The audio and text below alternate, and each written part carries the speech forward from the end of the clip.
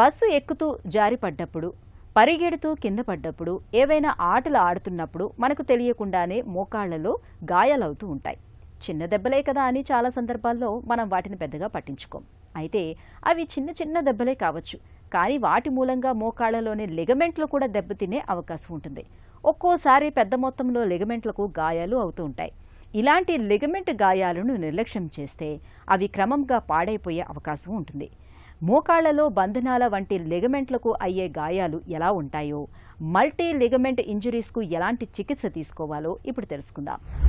Multiple ligament injuries అంటే అది మామూలుగా మనం ఎప్పుడైనా కింద ఒక చిన్న స్పోర్ట్స్ ఇంజరీలో పడితే ఒక లిగమెంట్ డ్యామేజ్ అవుతుంది.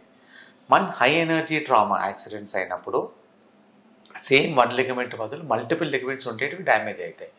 This can occur in the shoulder or most often knee joint or the ankle joints.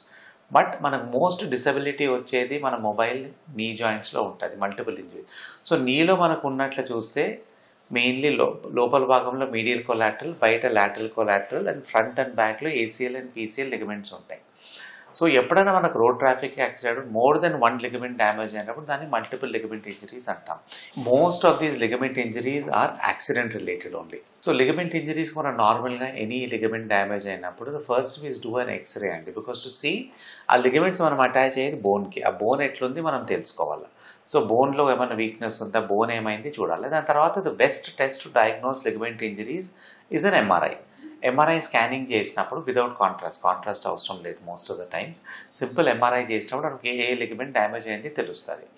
దాని తర్వాత డాక్టర్ క్లినికల్గా ఎగ్జామిన్ చేసినప్పుడు ఆ లిగమెంట్ ఇంజరీ మనం ఎంఆర్ఐలో చూసిండేది క్లినికల్గా చూసేది ఎంత సివియర్ ఉంది మనకు కోరిలేట్ చేసుకోవాలి. కొన్నిసార్లు ఎంఆర్ఐలో ఎక్కువ ఉన్నా కానీ మనం క్లినికల్గా చూసినప్పుడు అంత అనిపించదు.